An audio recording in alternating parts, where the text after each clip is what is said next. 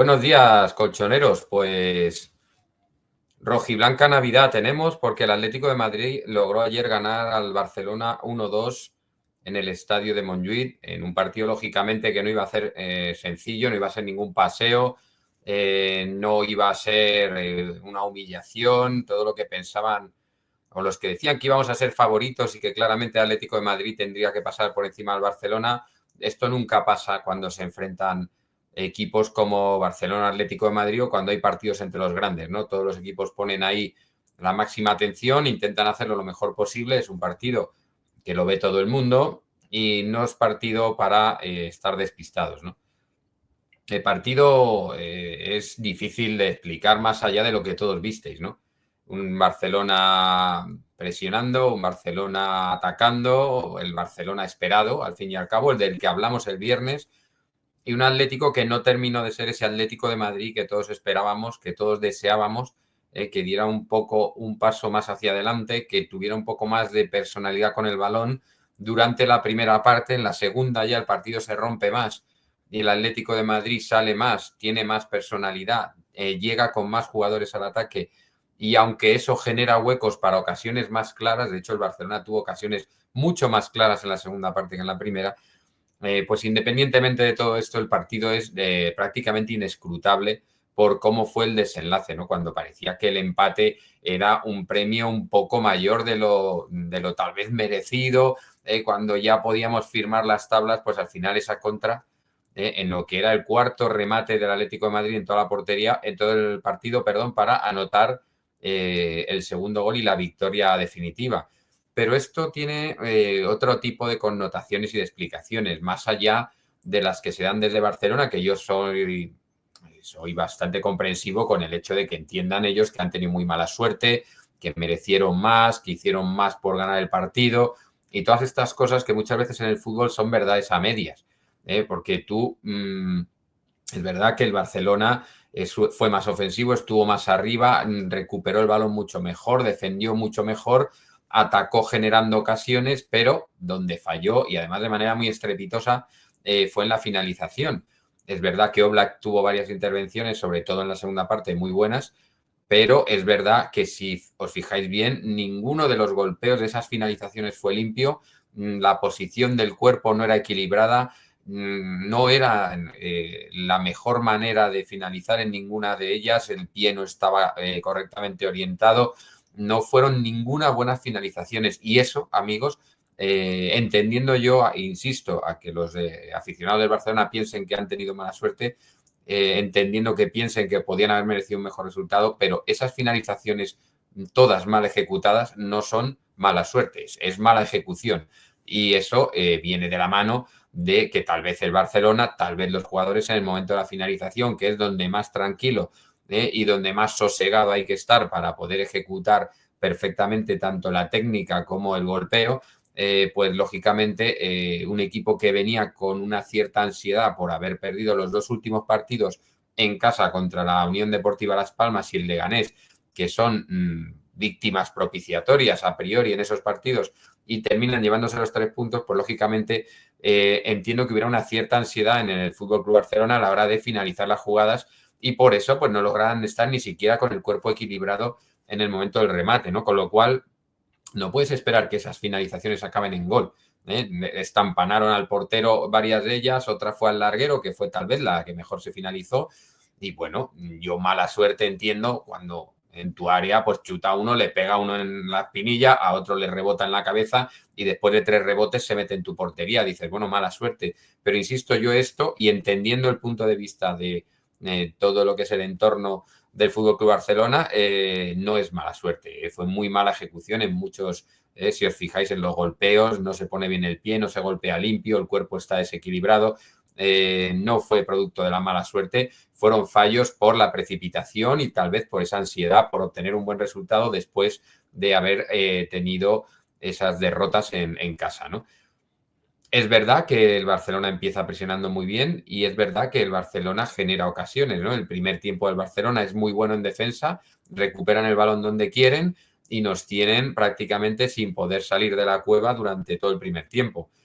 Solo en los minutos finales ya el Atlético de Madrid empieza a entonarse un poquito con el balón, pero el primer tiempo del Atlético de Madrid es de pura supervivencia, porque el Barcelona no recuperaba el balón donde quería. El Barcelona iba a por el balón y lo recuperaba.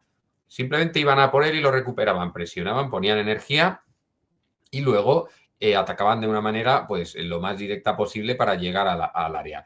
Es verdad que en el primer tiempo el Barcelona no encontró esas ocasiones. El Barcelona tuvo un cabezazo, el gol, que viene también ayudado por un intento de control de Gavi, que todo el mundo dice le cede de tacón. Yo, amigos, los que dais narráis el partido, los que luego hacéis el resumen o los que luego ponéis la crónica, decir que cede de tacón me parece muy generoso. Yo creo que intenta girarse y se le va el balón y pasa Pedri por allí y se lo lleva, ya que pasaba por allí y mete un gol, que fue un buen gol de Pedri, que hizo un muy buen partido, todo hay que decirlo, pero más allá del gol y de un cabezazo que fue un estampanamiento de balón en la cabeza del rematador más que un remate, es decir, fue un pelotazo en la cabeza más que un remate a posta.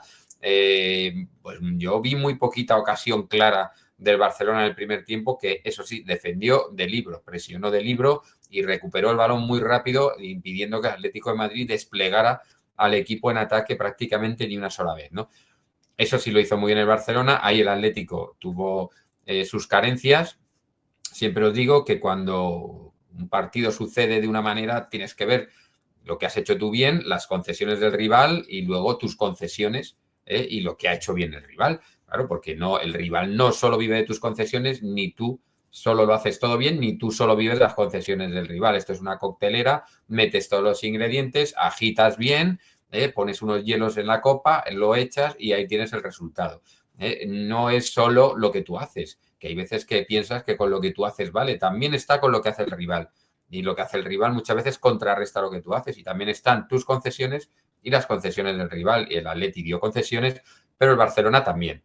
Y sobre todo con la línea adelantada, el tanto del empate muy mal defendido por todos, llegando muy tarde a defender, porque el segundo tiempo cambió. El Atlético de Madrid abrió más el campo, intentó llegar un poco más adelante porque necesitaba el empate. Y es verdad que cuando llegó el empate otra vez bajó bloque un poquito más atrás. Es verdad que la presión del Atlético de Madrid no era buena y permitía salir con gran facilidad al Barcelona. Ahora lo veremos en la pizarra. Y también es verdad que el Barcelona ofensivamente tenía tanta ansia por meter el segundo, por sentenciar, por llevarse el partido, por ganar y por llevarse los puntos, que también despistó mucho la defensa y sobre todo en esa última jugada en la cual pues se contraatacó con mucha clarividencia, ¿no? No fue un contraataque cualquiera, es que hay que ver cómo baja a recibir a banda Julián, hay que ver cómo mete un desmarque por un lugar que no es el suyo, Nahuel, porque Nahuel no entra por banda, sino que entra por el centro y diagonalizando hacia la banda. Un desmarque en el que adelanta toda la defensa del Fútbol Club Barcelona con velocidad porque está fresco, porque ha entrado en el segundo tiempo, recibe y pone otra vez con la misma fórmula que nos da la victoria contra el Getafe, balón de Nahuel, remate de Sorloz a la primera y gol. Contragolpe de Libro y victoria para el Atlético de Madrid. Todo esto, que es prácticamente inescrutable porque, insisto, todo el mundo que ve el partido y que está desde fuera piensa que tal vez los méritos, las ocasiones, todo, el mejor probablemente del Atlético de Madrid ayer fuera Oblak.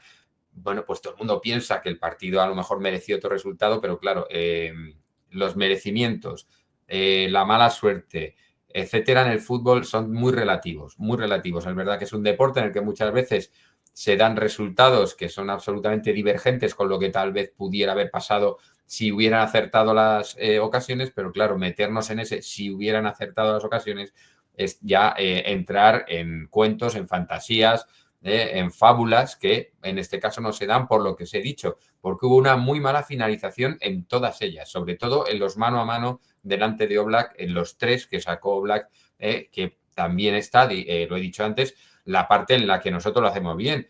Son las concesiones de ellos, que son malos remates, unidas en esa coctelera que os he comentado, a la parte en la que Oblak siempre sale un poquito, da dos pasos adelante, achica el espacio. En una mano a mano Rafinha se queda solo y en vez de finalizar lo que hace es se va un poquito a la derecha, pierde ángulo y encima al echarse la bola hacia la derecha no golpea con precisión, no golpea equilibrado, la da mal y Oblak hace su parte le encima y le quita ángulo de remate. Se queda absolutamente sin ningún hueco para finalizar. O sea, en el momento ya en el que golpea y cómo golpea, cómo tiene la pierna, cómo tiene el cuerpo Rafinha y cómo ha salido Oblak a taparle el espacio, las probabilidades de gol de esa ocasión tan clara se reducen prácticamente a cero. Claro, tú dices, se ha quedado solo delante del portero, es un mano a mano, tiene que meter gol. Pues en el momento en el que él se la echa un poquito para la derecha y se aleja de la portería, pierde ángulo, se la aleja de su cuerpo, la remata ya mal, la da mordida, el cuerpo ya no está equilibrado y encima Oblak ha salido 2 metros para adelante y le ha tapado el espacio y casi está rematando encima del portero, tienes 0% o 1% probabilidades porque tú lo has hecho mal y el portero lo ha hecho bien y eso ya no es mala suerte. Por eso insisto en esto de las oportunidades, la mala suerte. En fin, sí, yo, por ejemplo, pienso que si en el gol del 1-2 solo tiene a bien intentar controlar el balón, ese gol no entra. Ese gol intenta controlar el balón, la defensa ya llega, a lo mejor no lo controla bien, a lo mejor se le queda la pierna mala, golpea la primera, lo mete, pum, buena finalización. Viene duro, viene pegado y él solo tiene que poner el pie y el balón entra en la portería. ¿Que intenta otra cosa? Pues ahí ya no es la suerte lo que interviene. No, es que la ha parado, la ha cogido y al rematar ya tenía uno encima y entonces la ha dado al poste. O sea, hubiera cambiado la historia si él intenta controlar ese balón. Y yo creo que esa finalización es al primer toque de siempre. Pero a lo mejor él podría haber intentado eso. Y yo creo que si esa ocasión en el último minuto se falla porque la intenta controlar, luego el remate no es limpio, le cae la pierna mala, etcétera, mucha gente estaría hablando de mala suerte. Joder, si hubiéramos metido esa última, habríamos ganado el partido y estaríamos hablando de mala suerte. Y sin embargo, es un gran acierto de Sorloz, con un gran pase de Molina, con un gran pase previo de Julián Álvarez y con unas concesiones que hace el Barcelona, como son un pase muy arriesgado de Rafinha, que eso no es mala suerte, amigos, y con una muy mala basculación defensiva del Barcelona, que, insisto, Molina adelanta toda la defensa en un sprint. Es verdad que Molina más fresco, que ha entrado en la segunda parte y que tiene pulmones para correr todo lo que sea. Y entonces se une todo, pero hay mala suerte, no hay, amigos, porque el pase de Rafinha es un pase absolutamente absurdo, desde a tomar viento intentando meter un balón filtrado por el centro de toda la defensa del Atlético de Madrid. ¿Eso es mala suerte? No, eso es una muy mala decisión de Rafinha. Otra cosa que os he contado muchas veces es que el ataque tiene que ser el inicio de la defensa y la defensa tiene que ser el inicio del ataque. Tú tienes que atacar pensando en cómo vas a defender eso, en cómo vas a defender si pierdes el balón y tienes que defender pensando en cómo vas a atacar si recuperas el balón. Y en ese momento, Rafinha atacaba sin pensar absolutamente en nada de la situación en la que se iba a quedar su equipo si él filtraba ese pase con todo su equipo volcado al ataque, ¿no? Y metiendo filtrado un pase por el centro de la defensa que se puede perder y lo perdió y eso derivó en el 1-2. Entonces son cosas que también el Atlético de Madrid en algunos momentos ha fallado. El defender sin pensar cómo vas a atacar. El primer tiempo del Atlético de Madrid fue así. Y nos vamos a ir a la pizarrita para explicar estas cosas, ¿no? Porque esto es muy interesante entender cómo cuando tú atacas y no atacas correctamente y cometes un error con tu equipo absolutamente desplegado y sin que haya un balance defensivo, pues tú en el ataque puedes estar poniendo la primera piedra de que te metan un gol. Y en la defensa, si lo haces bien, puedes estar poniendo la primera piedra de meterlo tú. Por eso el ataque tiene que ser el primer paso hacia una buena defensa y la defensa tiene que ser el buen paso hacia un buen ataque. Y vamos a ir a la pantallita en la cual tenemos la pizarra. Bien, en la pizarra vemos la alineación que sacó el Atlético de Madrid, que al final es la que yo os comenté el viernes por cómo había estado trabajando el Cholo y por lo que parecía que era lo evidente, que es mantener prácticamente todo el equipo que estaba dando buen resultado en los partidos anteriores. Oblak de portero, Lenglet y Jiménez en el centro de la defensa, izquierda Galán, derecha Llorente, el centro del campo para Barrios y De Paul, el volante izquierdo sería Gallagher, el derecho Juliano y arriba Julián Álvarez y Antoine Griezmann. Bien, este equipo es un 4-4-2, el equipo empezó así, el equipo en algunas fases, sobre todo al inicio, intentaba presionar, tanto al inicio como en el segundo tiempo intentaban presionar el balón. Vamos a imaginar que el balón sale de aquí, siempre Julián y Griezmann se acercaban y uno de los centrocampistas, el más cercano, podría ser Barrios o podría ser De Paul, apoyaba la presión. Bien, el problema de la presión es cuando tú haces esto, cuando tú vienes más o menos a la presión y la línea defensiva no acude. Si la línea defensiva acude aquí, la presión es eficaz. Pero nosotros ayer, ahí, en el primer tiempo sobre todo, estuvimos muy reservones y aquí se quedaba demasiada gente atrás, con lo cual nosotros favorecíamos que el Barcelona nos metiera, sobre todo a Pedri, entre líneas y pudieran salir con el balón entre los jugadores, porque eran muchos más ellos en la zona de salida de presión que los que presionaban. Porque, insisto, si tú escalonas y juntas líneas, no es lo mismo tener así al equipo que tenerlo así, que juntar líneas y que la presión sea más efectiva y que no puedan meterse entre líneas porque ese espacio entre líneas sea muy reducido.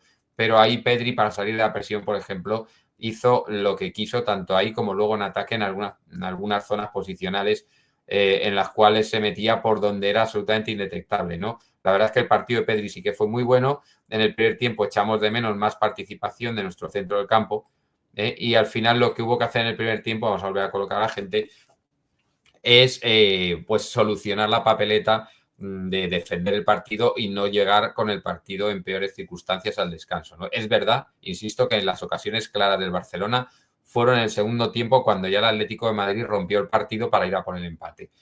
En el segundo tiempo, después del empate, el Atlético de Madrid ajustó un poquito, que a mí me pareció eso poco peligroso, pero ajustó los cambios.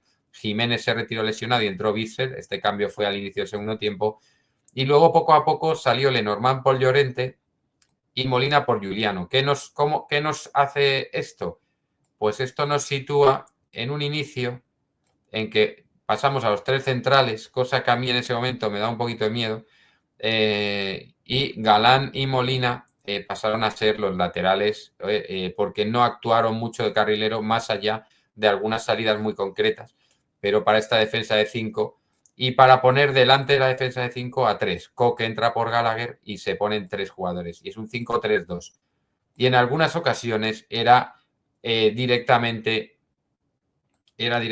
un 5-4-1 cuando a veces Julián Álvarez pasaba a la izquierda. Pero principalmente el equipo acaba con un 5-3-2 con Julián Álvarez haciendo un poquito de enganche y Sorloz un poquito más arriba.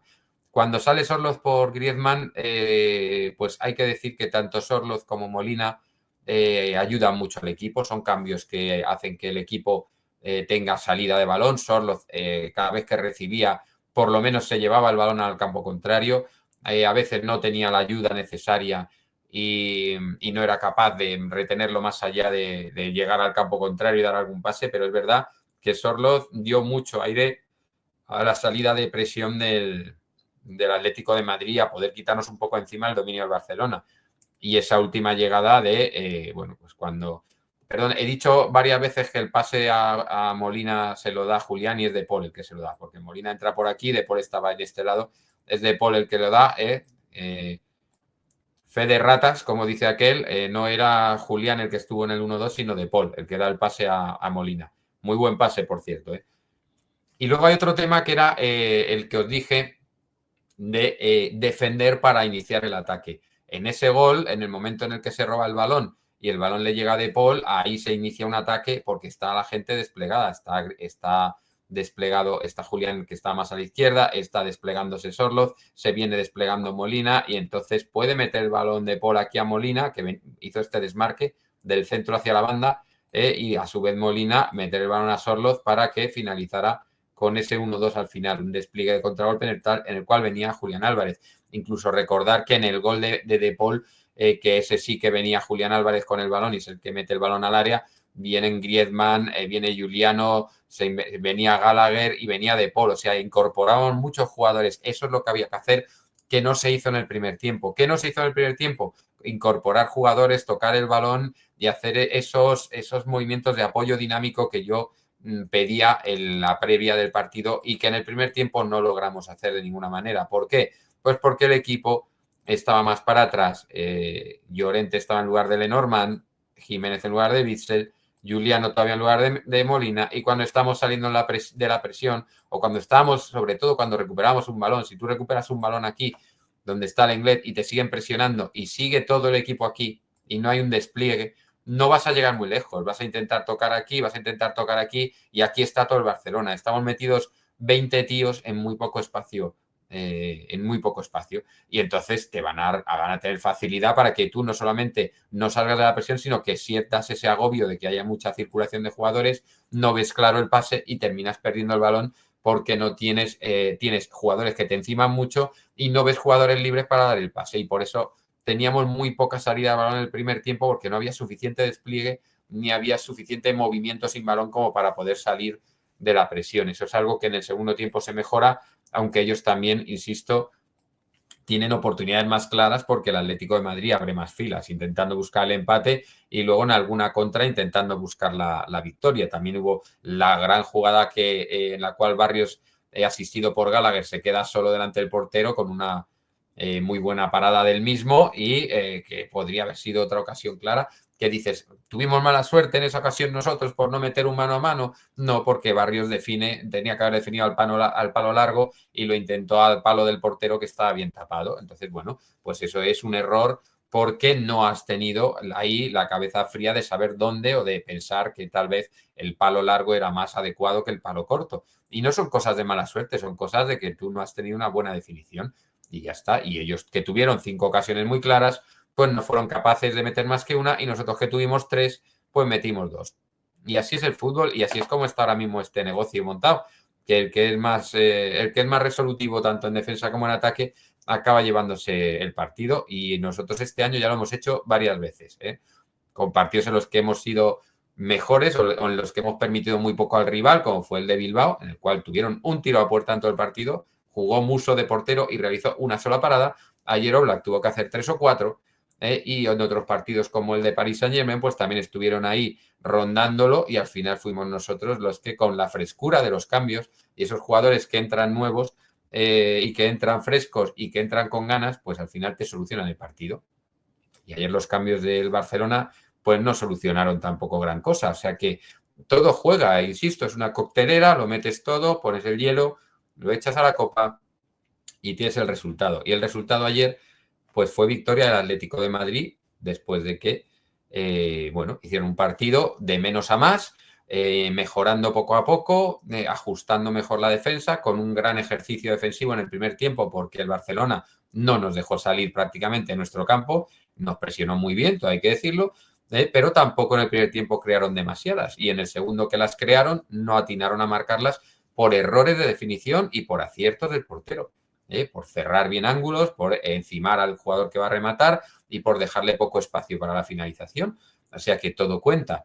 Lo que tú concedes o lo que concede el rival con una mala finalización y lo que tú haces bien con un portero que hizo un gran partido.